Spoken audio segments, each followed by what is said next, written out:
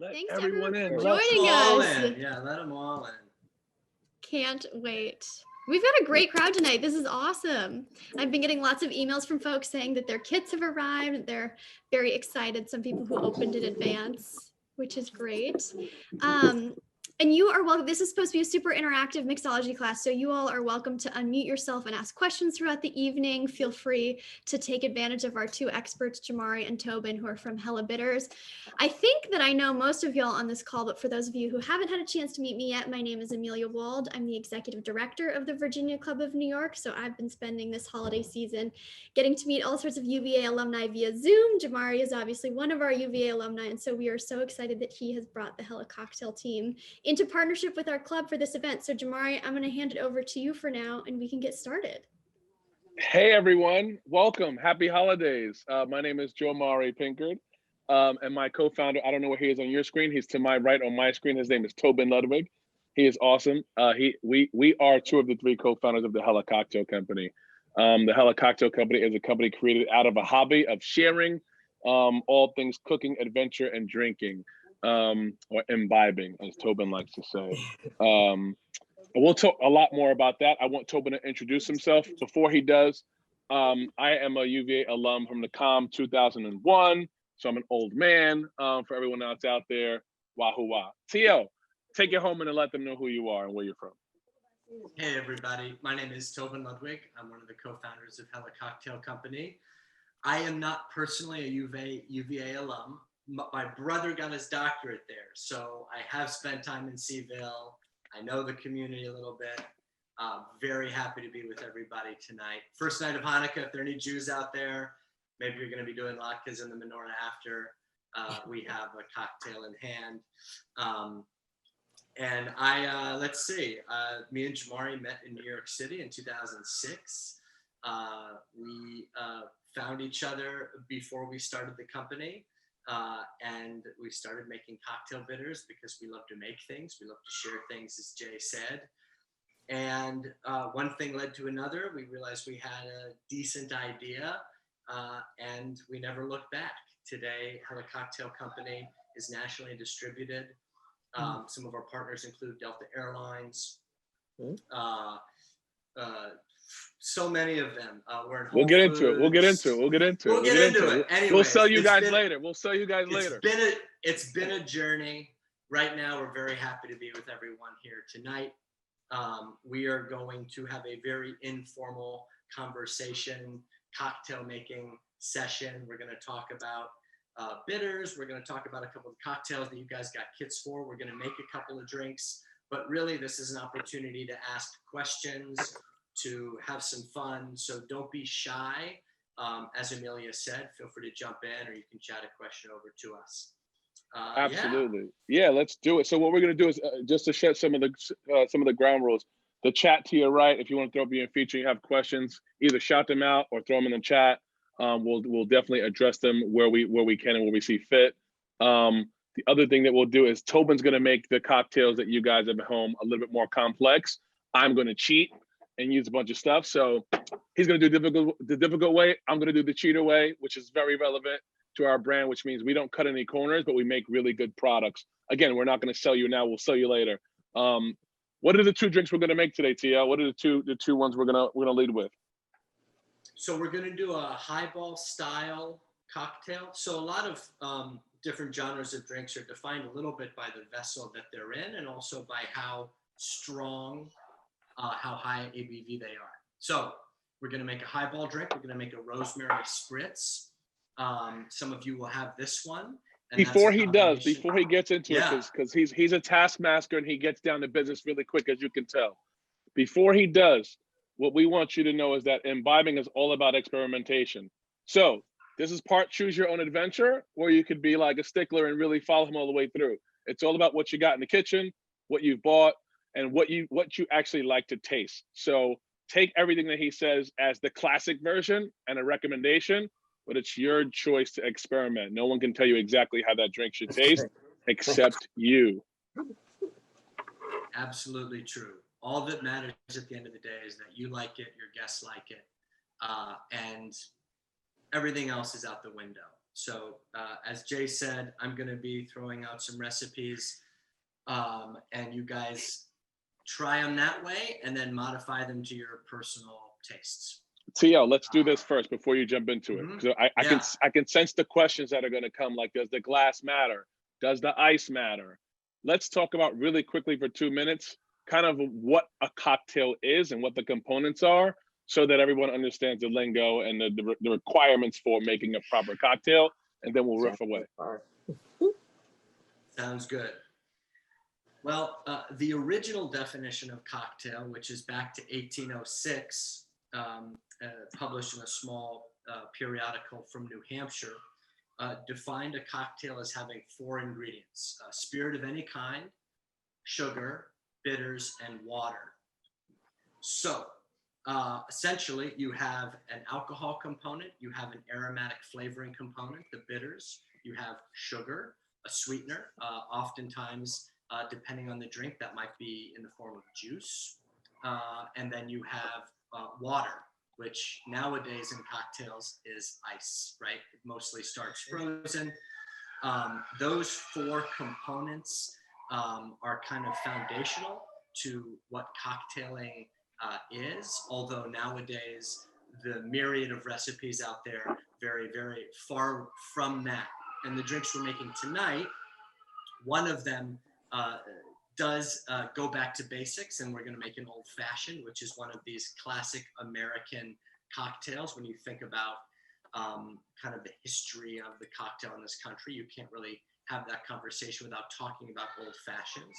And then we're going to make a highball, which is a little more free form and would encompass, you know, everything from a Ramos Gin Fizz to a Bloody Mary to a gin and tonic. So one of the first things that we have to talk about is bitters. Bitters are important, not only because it's a classic ingredient in cocktails, but because it's also the product with which we started our company. Incredibly niche. Bitters are an alcohol-based flavor extract. They're like salt and pepper for your drinks. So for a lot of people, a bottle of bitters this big is a lifetime supply. We hope you use them more often than that, but a little goes a long way. That's really the point. They come in all different kinds of flavors. At the core, they are aromatic. They are complementary to the other ingredients in your drinks. And when a balanced cocktail is presented to you, or you're making one at home, you don't necessarily taste the bitters. What you taste is the nuances that the bitters help bring out in the other ingredients. And if you guys have ever seen the show Breaking Bad, and you remember that blue that 30-gallon, that tote that you see that they make the meth in, one time Tobin pushed one of those barrels full of bitters on me down a staircase. I almost died, but I'm an athlete. Hang on a second. I need to fact check you. In the very early days of the company, we were making bitters in our apartment on the second floor of a small studio. I guess it was a 2-bedroom in Williamsburg, where all hipster brands began, North Brooklyn. We had to get this barrel down one flight of narrow stairs. And yes, Jomaree, being the most athletic of the trio, was below the barrel and I was above the barrel. And the two of us decided we could get this barrel down a flight of about 20 stairs. Unfortunately, which we did before. We had done it once before. It was always a terrible idea. We lost control, and the barrel and Jomaree tumbled down several steps. Thank God, Jomaree. When he says several, he means like 30 or 40. It was at least 3 or 4 steps. It was very scary. We lost the bitters, but Jomaree was okay. Needless to say, entrepreneurship has its moments, and that was one that will always be at the top of our list when we think about good ideas or bad ideas that we've had along the way. I didn't mean to take you off on the tangent, but I kind of did. So thank you. You got to do it. It's why we're here. So let's make our first drink. And some of you are only going to be making one. Some of you have both the ingredients for both recipes. We're going to start with the highball. And for those of you who are asking, the bitters is a flavorful infusion of bitter root, spices, and fruit that TL talked about. They do not need to be refrigerated. The alcohol acts as a preservative itself, kind of like vodka on the shelf. So you can see them clearly positioned on our shelves here beautifully, and they can stay there all day long. Continue. Yeah, keep them in your pantry. Think of them like vanilla extract. So the Rosemary Spritz, we are going to make in a highball glass. And this is really a good recipe for a variety of reasons. You can make it as a pitcher. So if you are serving more than a couple of people, you can make a larger format of this drink and then serve it around, makes everyone's life easier, almost like a kind of like a punch. You can make them one at a time, and then you can also make them without alcohol. This is a great mocktail, non-alcoholic cocktail. Good for kids, good for anyone that's not drinking for whatever reason. This is exactly what I feed my kids and my niece during Thanksgiving and Christmas dinner. They love Rosemary Spritz, so this is what you should allow for your kids to drink too. Exactly. So if you are hosting, maybe not this year for obvious reasons, but under normal circumstances, you could leave these ingredients out, maybe with a little recipe card that told people how to make it, and then they could build it themselves, and those that wanted alcohol could add alcohol. Another fun thing about this recipe is it's very versatile. So you can add the spirit of your choice, and chances are it will taste good. So I am going to make it with gin, which is a botanical spirit. I'm sure everyone is familiar with it. I'm doing bourbon. Amelia, what are you using? What are you guys using? What's everyone else using? I have a Beefeater's gin, which is my favorite gin brand. That works. Personally. That works. Anybody else jumping in? What you guys got? I see a Hendrix bottle. I see some Tito's. Nice. And y'all can unmute yourselves and share it at any point if y'all want to. Yeah, super interactive. We don't want you guys to be quietly making a drink and, stumbling downstairs. So let us know you're alive. I think Chris needs to show his sweater, Tito sweater again. There you go. Someone's wearing a Tito sweater? There you go. Oh, nice, I love that. Nice. That's awesome, Chris. Super cool. So you got to get the dog one too. They have a dog sweater. You got to get that.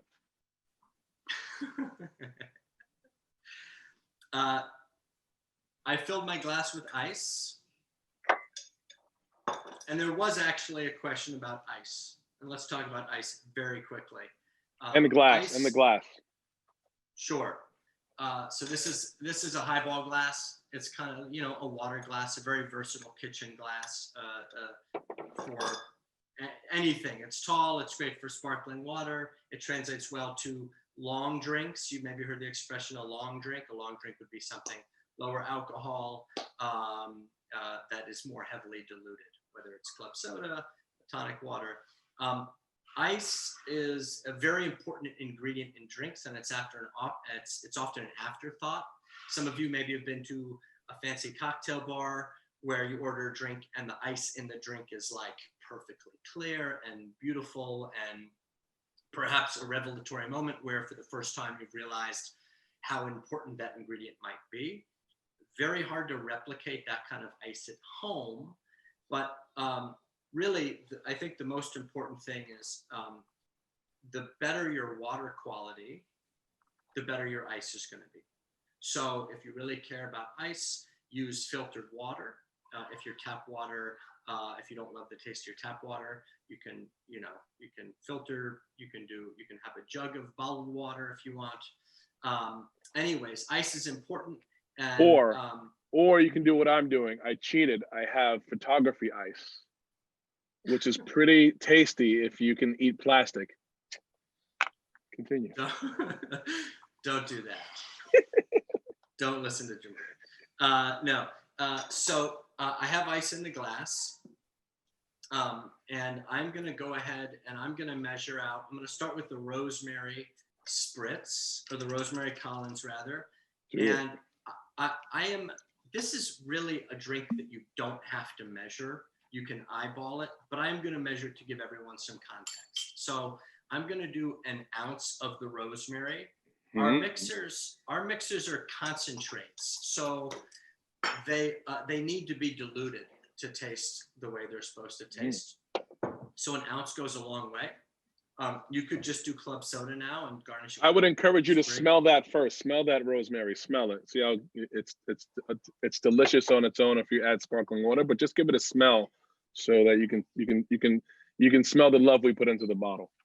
It's essentially a concentrated sour mix with rosemary extract in it. So it's botanical.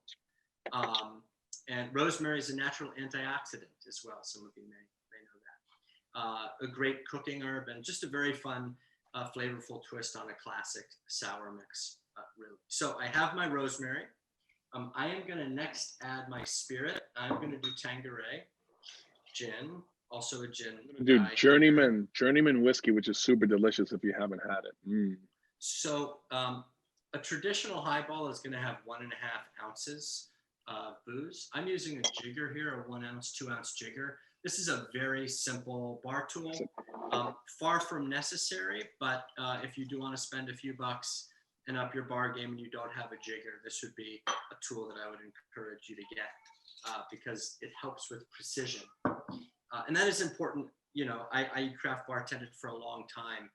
One of the things that craft bars do really well is the first drink tastes like the 100th drink. It's about consistency. And by measuring, you create that consistency. So I'm going to give it just a little stir to integrate those two ingredients. And then I'm going to open my spritz. Yeah, crack that. And I heard that sound? Open that. I'm Oh gonna yeah. just pour, Oh yeah. I'm just going to pour my spritz kind of down the side of the glass, just like that. Very nice. Not all the way up, but most of the way up. And that's going to be about 4 or 5 ounces. And then you can give it one more stir. I'm sorry, Tiela, I'm gone. I'm drinking. I apologize. No, please do. Let me know how that acrylic ice tastes. It's pretty damn good, I must say. I have an iceless Rosemary Spritz. You can, garnishing is another thing that I think is a really nice way, especially during the holidays, to be a little more festive. And you could garnish this with a rosemary sprig if you wanted. If you were serving it in a pitcher, you could do a bunch of lemon slices. I am going to garnish mine with just 1 lemon wedge. I like tartness in cocktails, so I like acidity. So I don't shy away from something that is more on the sour side than the sweet side. So this is going to benefit from a little, and I'm just going to literally just kind of top it in there. And that's the first drink. This is the Rosemary Spritz. I hope it tastes good. Oh, I actually forgot an ingredient. Yeah, you did. You forgot something. Citrus bitters. This is why you're here, man. Mm-hmm. You're supposed to keep me from making these embarrassing mistakes. It's impossible. You know, tasting it, it doesn't need bitters, but bitters do add an element of depth. Plus, it makes it a proper nuance. cocktail. Plus, it makes it a proper cocktail. Don't forget that. So, some citrus bitters in there to just really bring out the botanicals. Maury, can I dive in with a question? Absolutely. Let everyone, come on in. Come, we're in the room by ourselves. Come and play with us. So Tobin's unintentional creativity has made me wonder about the difference of the influence on bitters if you add it at the beginning of the drink versus the end of the drink, as like beginning versus garnish. Is that experience altered at all? Great question. It would depend on whether you stir the bitters into the drink or let them kind of float on the surface. So the difference would be, I guess, one would be more integrated and less aromatic, where if you just kind of floated a few dashes of bitters on the top of the drink, then you would kind of have that intense upfront nose and taste when you took your first few sips. I tend to stir bitters in, but you definitely don't have to. You can definitely play around. Yeah, it definitely makes a difference on the nose. So someone asked, does the mixer have bitters in it? Which mixer do you have? None of the mixers have the bitters in it already. The old fashioned, go for it. except the bitters and soda, Yeah. which we can call a mixer, or we can call kind of a ready to drink. So we'll give you that vernacular. One of our mixers does have bitters in it. Why don't you define the difference, because you're there for people? It's just like, because that ready to drink is an interesting. Ready. So term. yeah, ready to drink. Somebody said ready to drink story. Andrew, good question. So we've made cocktail bitters as a hobby for years before it became a company. And then bartenders and restaurateurs around the country at our account started to ask us to make things that they use a lot more common, like Bloody Mary mix and margarita mixes, because they're behind the bar diving in and they can't keep up with the consistency sometimes, and they didn't want to go in the back and make more tomato juice. And so we started making what we call cracking pour mixers, which are like the Rosemary Collins and our margarita mix and the old fashioned syrup that some of you have. And so those are all what we call mixers or bitters. A ready to drink RTD was something we've been dreaming about for a long time. We always thought to ourselves, as we went into the Whole Foods and Harris Teeters of the world to taste people out on bitters, we would dash them into soda water and say, like, taste that, and people would drink it and say, well, why don't you just make the thing in the glass that you dip that into? Where's that at? Because the bitters are really potent. And so we dreamt about this product for probably 4 years, which was actually carbonating that item, the bitters and soda together, for a very refreshing, light, herbaceous and aromatic, kind of what you call a ready drink. You can drink it kind of like soda, like you drink by itself. You can mix it if you want to, as we're doing today. But it's totally, if you guys have it in your hand, take a sip and you'll see how delicious and aromatic it is. The bitters that we make are aromatic bitters. In this case, power the bitters and soda. If you want to add more to that, Tio, go ahead. But we encourage it. Old European culture has people drinking bitters as an aperitif or a digestif before or after a meal, and kind of that's exactly what we want to echo that sentiment and bring it to the States in a revived way, because that's old lore and old history. And so we're excited about the new RTD. Thanks for asking the question, Andrew. Teal, if you want to throw more on that, go for it. No, you did great. The family of bitters encompasses a lot of products that people are familiar with in a variety of contexts. So, of course, cocktail bitters are used by the dash, and then there's a vermouth. Vermouth actually is derived from the German word Vermouth, which means wormwood. Vermouths, which are aromatized fortified wine, used to have well, it depends on the formula, but always bittering agents, bitter roots, fruit of a variety of kinds. And German ones used to have wormwood in them, which is incredibly bitter. Nowadays, gentian root is the predominant bittering agent in the vermouth world, as well as the aperitif products like Campari, which is kind of the most famous one. If we have any Negroni lovers on here, that is my desert island cocktail. If I went on an island and could only have one drink the rest of my life, sounds pretty Tobin, good. inbound question. Inbound question. Do bitters and soda settle the tummy? Great. One of our favorite questions. Another one. Yes. You guys have done your research. I like this group. A good segue from gentian, because anecdotally, the answer is 100% yes. In fact, as a bartender, if someone came into the bar and wasn't feeling that well, a bitters and soda would be one of the first things that I would prescribe. And it does calm the tummy, and that is in part because of the botanical ingredients in the bitters themselves.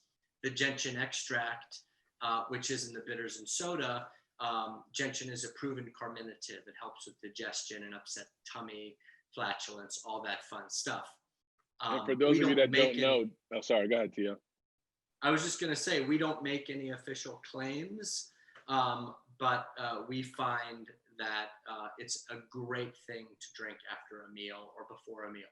It either stimulates the appetite or helps calm your tummy.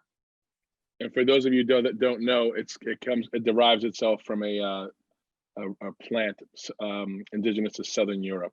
I'm going to get it wrong when I say it. It's Gentiana.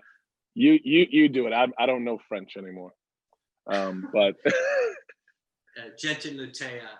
There you go. Is the Latin. It's the Latin name for the plant, and it's a beautiful flowering. It's a very hardy flowering plant.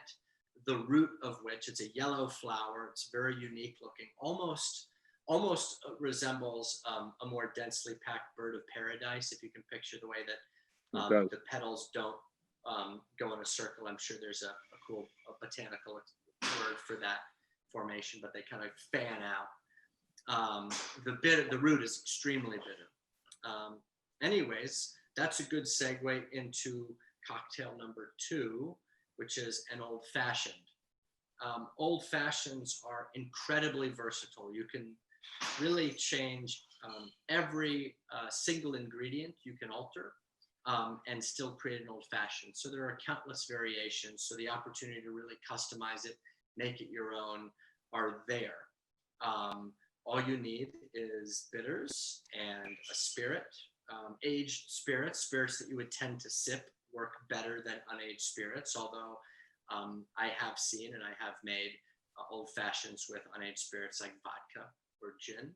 Again, it's all about your choice, your experimentation. Oh, one more inbound question before we get on to making the old fashioned, Tobin. Okay. Someone wants to know, this is coming from Liz, do bitter cocktails go better with certain types of food? Is it better to drink before or after a meal? Ponder. I think that it would really come down to personal preference and what you're eating. I think, because bitters have an intensity of flavor, I tend to associate them with richer flavored foods, cheeses, smoked meats, olives, really savory dishes. Mediterranean, I often go to like Mediterranean cuisine as a benchmark, because if you think about aperitif culture, you think about southern France, you think about Italy is, whether you're landlocked or on the coast in Italy, bitters are a very important part of the gastronomical experience. So, it's one of those things, play around. I think a great place to start is bitters and soda to accompany a cheese plate as kind of like a starting point. But good plug. I like that one. That's a great plug. That was a good plug. Cool. One more plug as well. I wanted to let y'all know that if anybody here is into photography or big Instagram fans, if you want to take pictures and tag at Virginia Club or at Hella Cocktail Company, we would love to repost you. So feel free to do that throughout the night. Definitely follow us. It's my time to plug now. See the smile? Cheese. Definitely plug Hella Cocktail Co. We appreciate it. We'll follow you back. Send you some love. Thank you. Let's make an old fashioned. Yeah, let's drink. Let's do that. Happy holidays. I am going to make a tequila old fashioned. Hey, buddy, my son. Remy, what are you doing back there, Remy? Here. Okay, hang on. I want to show everybody. Okay. This is Tobin's son, Remy. Just made. This is Remy. Oh, wow. Is that a truck? What is that? Nice. It's a transformer boat. It's very cool. That is incredible. That is awesome. I love your you transformer guys. truck. I'll play with you in a little bit, okay? So, sorry about that. No apologies necessary. Yeah, nope. I was going to say, very cool. So, I'm going to make a tequila old fashioned. The people that got the old fashioned kit have all. You should make an old fashioned. You should make an old fashioned using his transformer set. That's the challenge. You should do that. See if you got real bartender skills back there or not. You're just playing games. I think that would exceed even my skills. It's tempting. I'm going to make a tequila old fashioned. So I am going to use the smoked chili bitters that came in your set. I'm going to use an añejo. This is an extra añejo tequila. And I am going to actually use the old fashioned syrup as well. Although you could use a sugar cube. You could use a teaspoon of granulated sugar. You could use simple syrup. You could use maple syrup. Whatever level of sweetness, you can vary by the amount you add, and whatever nuance of sweetness, you can add a different type of sugar. So Let's do it. agave nectar is great in tequila old fashions as well. Are you going to make a bourbon old fashioned, Jay?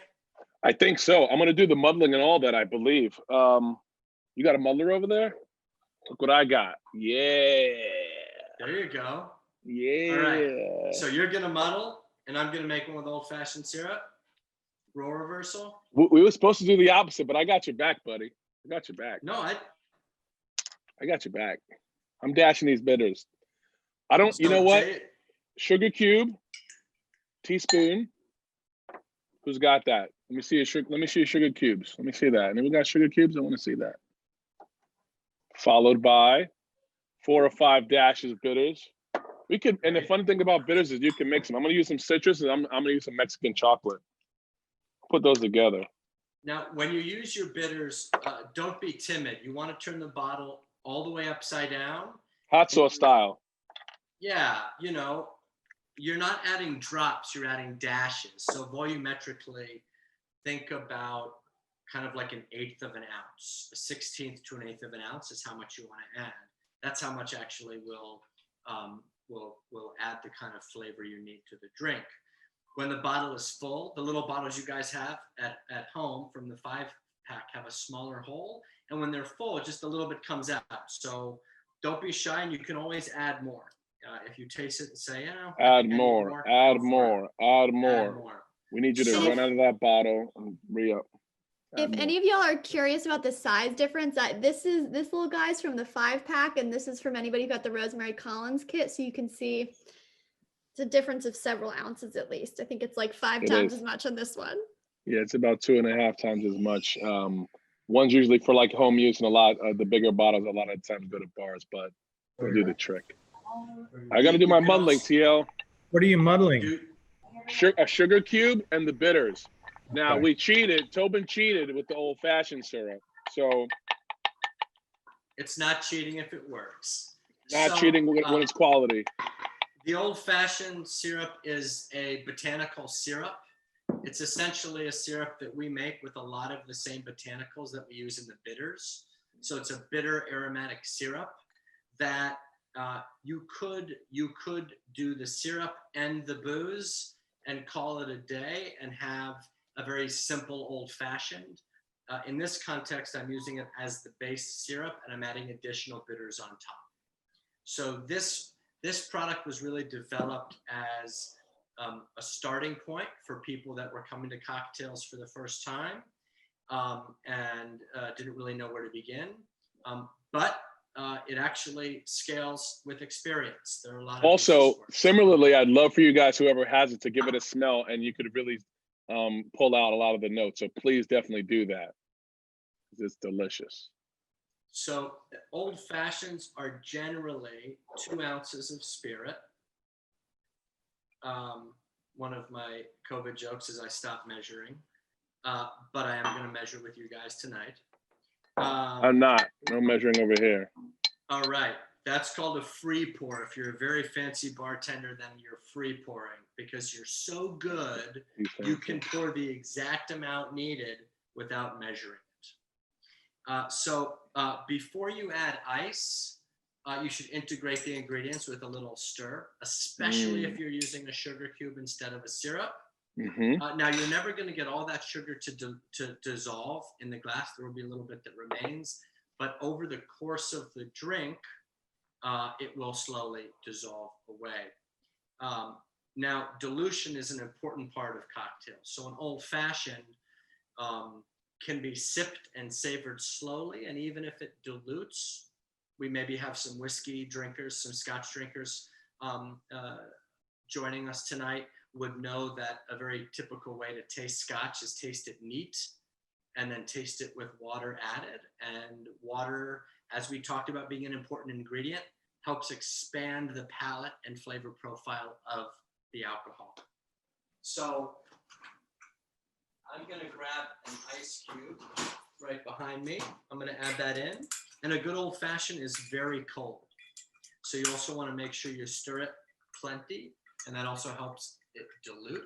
Can you teach us the technique? I mean, I've never mastered that technique that he's stirring with. I've always been jealous, just so you guys know I'm being very transparent. It's just because you haven't tried that hard yet. Mm. So Low blow. You could do this if you wanted to really do this. I guarantee you could nail this in. There are things that I cannot do. Stirring is one, and cutting paper with my left hand is another. Even though I'm a lefty, impossible. Won't happen. I didn't know that. Yeah, it won't happen. Did I tell you Moses is left-handed? Oh yeah. My You know daughter, what? That who means turns she's a 2, genius. is left-handed. She's a genius. There's no denying that. I know one of you. I know someone in the family who's going to UVA. So I'm going to garnish this. Some people might be familiar with an old fashioned that has quite a bit of fruit in it. Maybe a cherry. I think somebody asked how orange. many ounces of Ounces? tequila did you add? 2, right? I added 2 ounces. Did you do 1.5 or 2? 2 ounces. I did 2. You don't have to do 2. You can do 1.5 ounces, whatever works for you. Obviously, 2 ounces is a half an ounce more alcohol, which sometimes you need.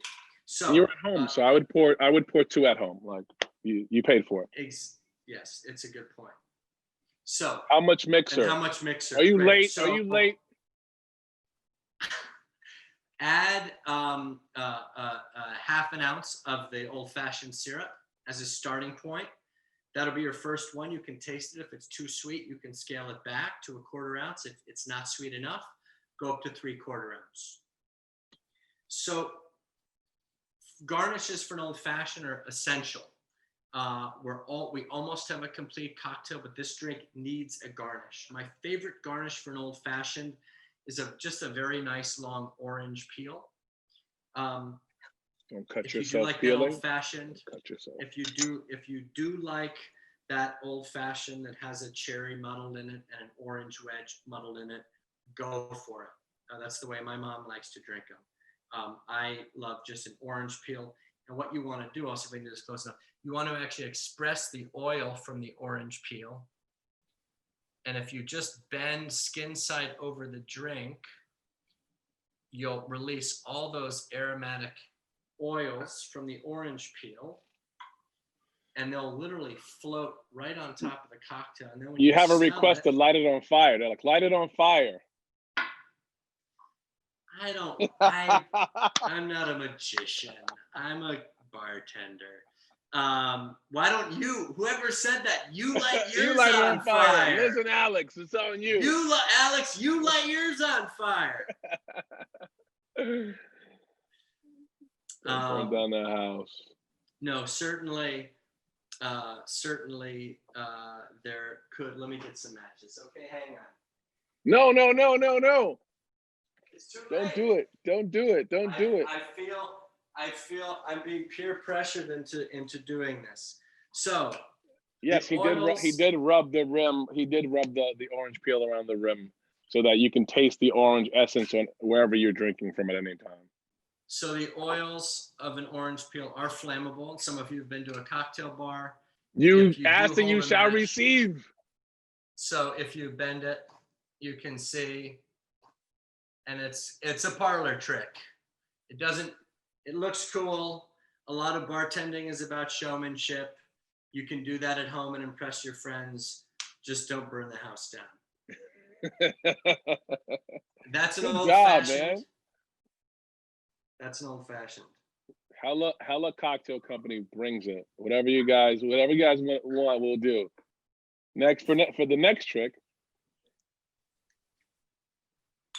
Any other questions? Who did anyone else? Hey Chris, it looked like you were pouring it literally straight. She was chugging it. That's what it looked like from the camera angle. That was awesome. That is fantastic. Do y'all I'm going to take the spotlight off of Tobin and Jomaree, and maybe if everyone wants to get a drink in hand, we can all cheers together. Ooh, maybe that would be cool. I think that'd be fun. Let's see if I can. That'd be awesome. Sorry, Get Jomaree. a cheer shot? No. Get a cheer shot. The main screen right now. I gotta pull your. It's gonna take me a sec. This is our See, this is the technical difficulties come in when you got It's one or all two good. cocktails in This, you this at is this this point. is the Zoom feature. I'm glad I did my, did my thing today. Oh, give me 1 second. There we go. All right. Alrighty. Everybody, so which is everyone's favorites? It, For those of you who had both or who chose in advance, feel free to unmute and share. I think everyone's drinking. I don't think they, the mouths are full. That's all good. But I'd love to cheers to you guys. Are you gonna take a picture, Amelia? I Are you gonna take a shot? If you take a cool shot of everyone doing that, that'd be awesome. Alrighty, I got it. Okay, ready? Put 1, your drinks up, everyone. 2, 3. Salud. Wahoo wah. Wah. That worked? How'd I know Oh, people hold on. would come off of mute for that? I knew that. There we go. That's incredible. Old Fashioned with Bullet Blender Select. Nice. Ooh, That's fancy. Yeah, very fancy. limited edition. They talked me into it. I was buying in preparation. I had this, Oh wow. and I had Oh, this, and Nice. the, Buffalo serious. Trace. That's the big boy stuff right there. and the lady said at the counter, she goes, "Oh, there's a limited edition of this. You should check it out." So I was like, "All right, I'd buy Bullet anyway." So thanks for Incredible. showing us, guys. That was great. No. That's awesome. Yeah. Keep the questions coming. Unmute yourselves. Let's chat. I mean, like I said, we can tell stories about drinking. We can tell stories about the company. We can tell stories about UVA. We just want to engage with you guys and interact. So if there are things you guys want to talk about or ask questions, feel free to jump in. How do you make bitters? Like, what's your process? Oh, So- and then Or you're is that a gonna great secret? Sorry. It's Go a, for it, it's Deanna. it's all a very good. common, it's a very obvious common question that we get. So bitters is an extraction process that involves steeping botanicals and fruit in alcohol or a mixture of alcohol and water. So Jomaree mentioned that you use alcohol as the base, and that's because alcohol is an effective solvent and preservative. So that means that it does two things at once. It extracts botanical compounds from the ingredients that are infusing in them, and then it holds those ingredients in a stable environment indefinitely, depending on the ingredients. So the way that we do it, we have proprietary blends of spices and fruit peels, and we steep those botanicals in think about really big tea bags. And if you can visualize the way you make tea, it's the same thing. And instead of water, we use alcohol.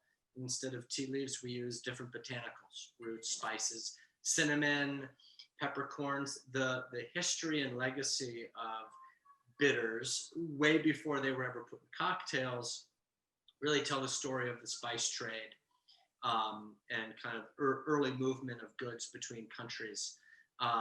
And the Caribbean is one of the origins of bitters, and a lot of the ingredients that are in bitters you can find grown in the Caribbean. But you take those botanicals, you steep them in alcohol for any amount of time that does the job of rendering the flavor you're looking for. Initially, our bitters were extracted for 30 days in ambient temperature. One of the challenges that we had was it took too much time and we kept running out of product. So one of the innovations that we came up with, and we didn't reinvent the wheel. I think other companies that make extracts were doing something similar. We figured out how to accelerate the extraction by adding both heat and agitation. So now our tanks are heated and we pump that liquid through the tank on a circular pump. So literally the liquid is pulled out the bottom, poured back in the top, and that agitation functions quite a bit back to the tea analogy. If you can picture kind of dangling a tea bag in hot water, that helps you. Literally, you can see the kind of the tea if you diffuse out into the liquid. Same idea. So now it takes us 8 days, what used to take us 30. But that's it. Was that helpful? I have a question. Yeah. Is there a cocktail trend that as a professional bartender drives you nuts, that you hate? So I have not been behind the bar in a number of years. I am very fortunate that the entrepreneurship. So the trends now might be different than the trends when I was bartending, but I think one of my least favorite trends was muddling fruit and leaves into a drink. And I didn't like that because I didn't think it was very visually appealing. I don't like a cocktail that has chunks of vegetation floating in it. But also behind a very busy bar, having to stop and muddle stuff would often slow you down. And I think that it also probably depends on where you are and where you're bartending at. Back in the days, I used to bartend at the corner, and at the Biltmore, and it was very elementary bartending. But I used to hate making kamikaze shots because you knew it was just going to be this is going to be a disaster in the making, and everyone wanted a lot of them. They don't take a long time to make, but they look crazy, and it's nothing good is coming out of this in short order. And so I think depending on where you're bartending and what age you are, you probably have a different hate drink to make. I think my biggest pet peeve is a pretentious bartender. So a bar is a place you're supposed to feel welcome, and it's the hospitality industry. So if a bartender doesn't make you feel welcome, then they're not doing fundamentally their job. It doesn't matter how good the drink is. 10 out of 10 times, I would rather sit at a bar with a warm bartender in a really welcoming environment and have a mediocre drink than sit at a bar with a belittling bartender who thinks they're just God's gift to mixology. Anyways, you get the idea. Yeah, keep the questions coming. Thanks for asking. Well, that makes me want to ask, what do you miss about bartending? The camaraderie. The last bar I worked at, one of the casualties of COVID-19 was on West 4th Street in the West Village. It was called Bar Fedora. I know a number of you are in the metro area. Maybe you've been there. It had been open since very, very, very early. It was a speakeasy during Prohibition. Anyways, it got incredibly busy, and kind of like being on a boat, everyone has to be doing their job. And at the busiest moments, when it was going well, everything was happening non-verbally. And that level of camaraderie and teamwork, I will always miss. And then what are you trying to say? What are you trying to say? I don't want to air my grievances on this call. No, we have excellent teamwork as well. It's a different kind of. It's a very specific camaraderie when you're in a busy bar or restaurant. I would say it's very much like a sport, right? For anyone who's played sports, there's a lot of nonverbal, like communication that you're on the same page, and if you're not, you guys all know what happens. What's your favorite mocktail, TL?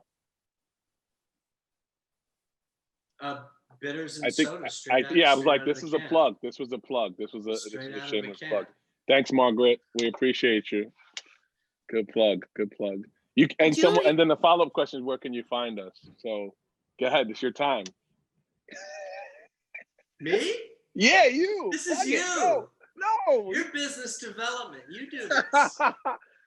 You can. Well, I can jump in a little bit and say that as an adoring fan of Hella Bitters, I know like a couple shops in Brooklyn and in Manhattan will carry them, but you are nationally distributed via Whole Foods and Amazon, right? So if you have a Prime membership, you can get this stuff in 48 hours if you really try. It'll be there tomorrow. Or you could support local businesses if you're in Brooklyn or Manhattan, which is even better than Amazon Prime. And we also have our own website where you can get whatever you want. They all go through the same funnel. Cheers. No. Thanks for asking that question. It's the favorite place to cocktail when back in Seaville. Man, Alex, you're asking the tough ones right now. Haven't been back in Seaville in a while. Wow, there was a new place that opened up next to the Biltmore, which was pretty good. I don't remember the name of it the last time I went, but if anyone knows what it's called, shout it out. But it was pretty legit.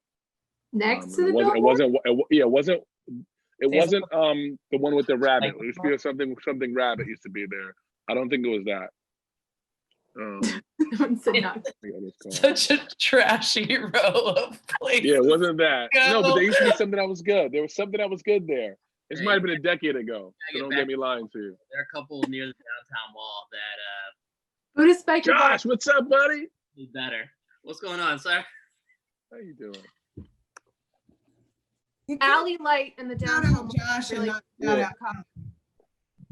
Okay? You can't shout out Josh and not shout out Ellie. She's learning critical things right now, okay? Hey, well, I don't want to influence her right now, though. This is not the time for me to don't get me in trouble. I will tell you, I have a 16-month-old, and she drinks bitters and soda every single day. Hint, hint, Josh. Hint, hint. Hey, that was incredible. We did not line it up. That was pretty incredible. I applaud you. Thank you, sir. So besides your bitters and soda line, what are some other non-alcoholic drinks you add your bitters to? Tobin, you just made some today. I did. So bitters and soda, we love in something we call a Mimosa. So people that are not drinking can add our bitters and soda to orange juice, pineapple juice. Very simple. I think we go for simplicity. We also love adding it to coffee. It might be counterintuitive, but bitters and coffee work really well together. I mean, I think we can all agree that coffee takes different flavors very well, so bitters are no exception. We love bitters in coffee if you're a coffee drinker. And bitters, you can cook with them as well. So, we just can't emphasize enough. It doesn't matter what you do with them. Find what you like, incorporate them into the way you live your life, and all that matters is that it tastes good. Here's the deal for us. We actually when we think about our products and we think about how we've created our company, we realize that we're on your imbibing journey, whether that's non-alcoholic or alcoholic, whether that's in the morning or having a mocktail at night or having an old fashioned like we're doing tonight. We're actually on your journey, and it's your choice. And so we're here to actually provide you choice to figure out where you want to be on your journey. And so that's really what we're all about. We're all about sharing knowledge, sharing that journey with you guys, and providing that content. And so, like Tobin said, choose your own adventure. So coming from somebody who owns property where they sell a lot of alcohol because it's entertainment related real estate, I'm surprised that I never knew that. So that is a whole new huge market for you guys. Like bitters and coffee, which bitters? Depends on your taste buds. I like to put Mexican chocolate in mine, but that's because I like mochas, and I like that's that spectrum, right? Whereas Tobin takes his black coffee all day, and I would imagine TL, you probably like aromatic or orange a lot more in his coffee because he wants it to stay kind of really, really bitter. And so like it's really up to you what you choose to use. And that's why we kind of make different packs so that you get to experiment, because who are we to tell you what your grandma used to use in old times when she made something awesome, and like that's going to resonate, right? We just make the products and we know they're good, but we can't tell you what's going to resonate with you. Yeah, but Santa's got to put like the right bitter in the stocking. Hey, I see where you're going. Like, it depends. Like, there's classic recipes, right? So, like I said, Tobin's I would call him a master bartender. If you want your master class, he's here to teach it. There's classics, and the classics have certain call outs. If you're thinking about bitters, your aromatic and your orange are like the classics. They're hundreds of years old. They're in every cocktail book. They call in every recipe that you see if you Google something. And so those are your go-to flavors, aromatic and orange. We, Hella's value proposition is that, yes, we make those two classics and they're really good, but we offer variety. We want you to go and experiment. We don't want you to be stuck to something that was made hundreds of years ago with no kind of innovation. And so for us, it's like, try new things. And so if there's something that Santa wants and you know Santa loves ginger, and they love rum, and they love, well then, you know they're gonna love our ginger bitters, and you can kind of go on that journey. Julie asked a question about using bitters in baking. 100% bitters are an alcohol-based flavor extract like vanilla. The orange bitters, for instance, in place of vanilla in chocolate chip cookies, orange and chocolate is a classic combo. So if you do like to cook but aren't a big drinker, bitters are still a relevant ingredient in your kitchen. Play around. Right, that is so cool. Just specifically with that, would the portion be the same? Like if you swapped it, took out vanilla and put in orange bitters? Yeah, I might add a little bit more. Okay. A little bit more bitters. Vanilla extract is so concentrated. Our bitters are not quite as concentrated as vanilla. Gotcha. So just a little bit more,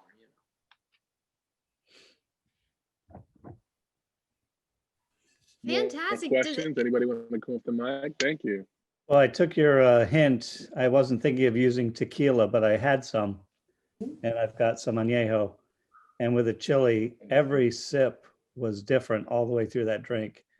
So thank you for opening my eyes glad you to enjoyed it. an old fashioned that I was wondering, with good tequila, what can you do with it besides, sipping it straight? But this was wonderful. I'm so happy. Yeah. So happy that you enjoyed it. Yeah, it's one of my favorites. Yeah, very good. Thank you. Cheers. Thank you. Experimentation is key. Wahoo Wah down in Virginia. I joined a New York Wahoo-wah. club for some remote events. So thank you.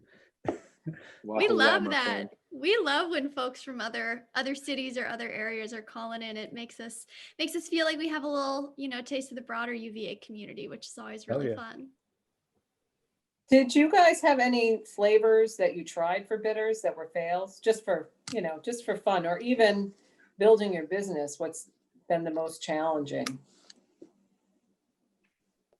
You want that, or you want me to grab that?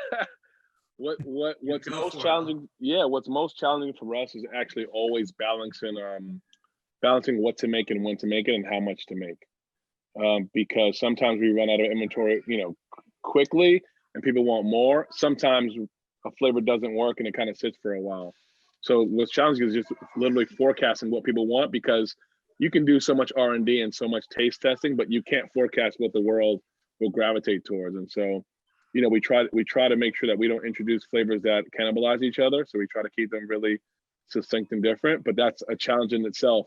I think one of my favorite flavors that we didn't make, that didn't make the cut, was it cedar? Was that the cedar citrus that time?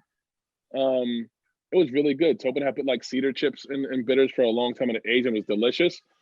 It wasn't something that was scalable because it was going to be hard to find cedar all the time and make sure it was consistent. But things that we experiment on don't actually always make it. One time he made bacon bitters. Remember that, Tio? He made bacon bitters. They looked so terrible in the jar. It just looked bad. We couldn't take the fact that it looked bad as it aged. I couldn't take it. I was like, dude, we can't do this. It got very cloudy.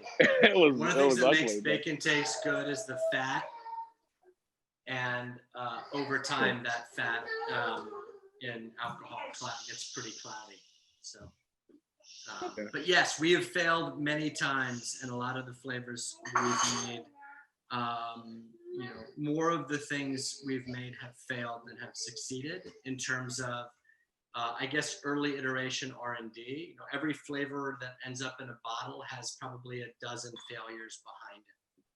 So it's definitely a very kind of evolutionary development process.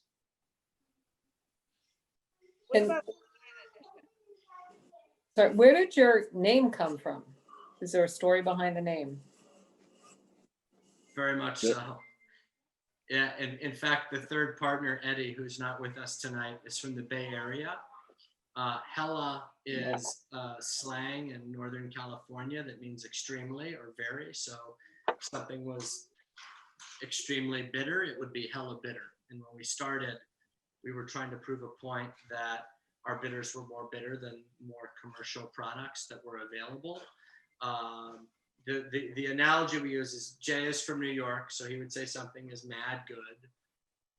I'm from Massachusetts, although I'm from Western Massachusetts where we didn't say wicked, but for the sake of your friends did. Where I'm from, something you'd say, that's wicked good, dude. And then if you're from the Bay Area, you would say hella. So hella was started kind of as this hobby, and the name ended up feeling pretty catchy.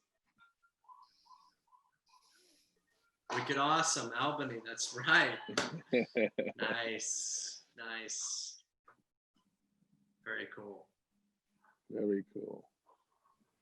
Well, any last questions while we still got these experts on the call? Feel free to unmute and ask if anything's on your mind.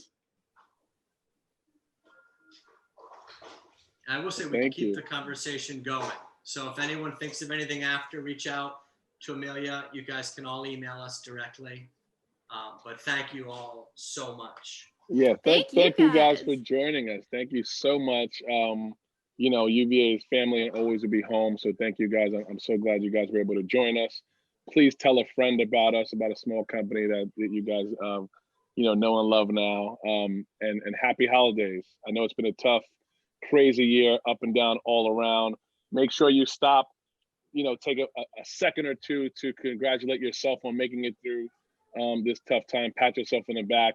Then look to your left or right, up or down, and tell someone else you love them and support that they're here too. So thank you so much for joining us. Thank you. Thanks so much, y'all. Have a great Thank night, you. everyone.